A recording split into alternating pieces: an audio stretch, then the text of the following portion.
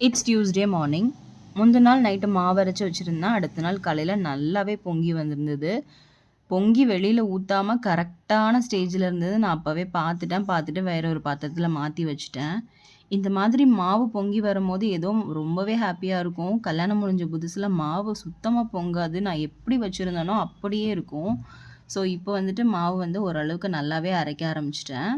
So அன்னைக்கு வந்து லஞ்சுக்கு சாம்பார், தென் வந்துட்டு அவியல் தான் ப்ரிப்பேர் பண்ணிட்டுருந்தேன்.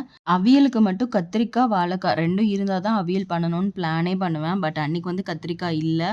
பட் வந்து காலையிலே அப்பா வந்து கத்திரிக்காயும், கீரையும் வாங்கிட்டு வந்துட்டாங்க.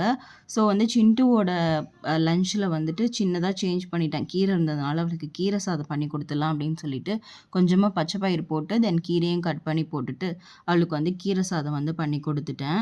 அன்னைக்கு மார்னிங் பிரேக்ஃபாஸ்ட்டுக்கு இட்லி, தென் வந்து தக்காளி சட்னி பண்ணியிருந்தேன். பட் ஹஸ்பண்ட் வந்து எனக்கு இட்லி உப்புமா தான் வேணும்னு கேட்டிருந்தாங்க. ஸோ அவங்களுக்கு மட்டும் இட்லி உப்புமா பண்ணிட்டு, நாங்க இட்லி சாப்பிட்டாச்சு.